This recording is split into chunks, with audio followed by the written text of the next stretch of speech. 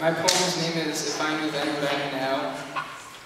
Dear 35-year-old me in the 14th of September, 1854, someone's gonna come knocking at your wooden door, but don't open it. I made that mistake many years ago, but if I knew then what I knew now, I wouldn't have even raised an ear to hear that knocking, which behind of it had an agent coming from Lowell Mills. He offers a better pay than yours to your 14-year-old daughter. And I know it's not your best year with your crops, but believe me, you can pull through. I didn't know then, but I do know now. Just trust me, you'll find a way somehow. And even if you don't, well, you'll still have your daughter unless you make that mistake and send her to that hell house and slaughter. And if you do, just remember there's no return.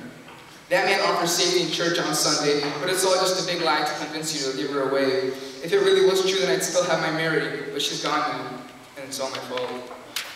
I should have known how miserable she was. She always looked like she had a mouthful of salt. 14 hours of work in a row with short meal breaks and 8 hours of sleep until the bell rings and everyone awakes only to repeat the same process. And if she really was fed meals that were nutritious, then why did Mary always look like she was so weak and defenseless? And I could always tell she wasn't getting enough sleep from the bags underneath her eyes that hung a mile deep. And every time she came, her hearing was getting weaker until she could no longer hear the speaker. I guess the sound of those huge machines were deafening.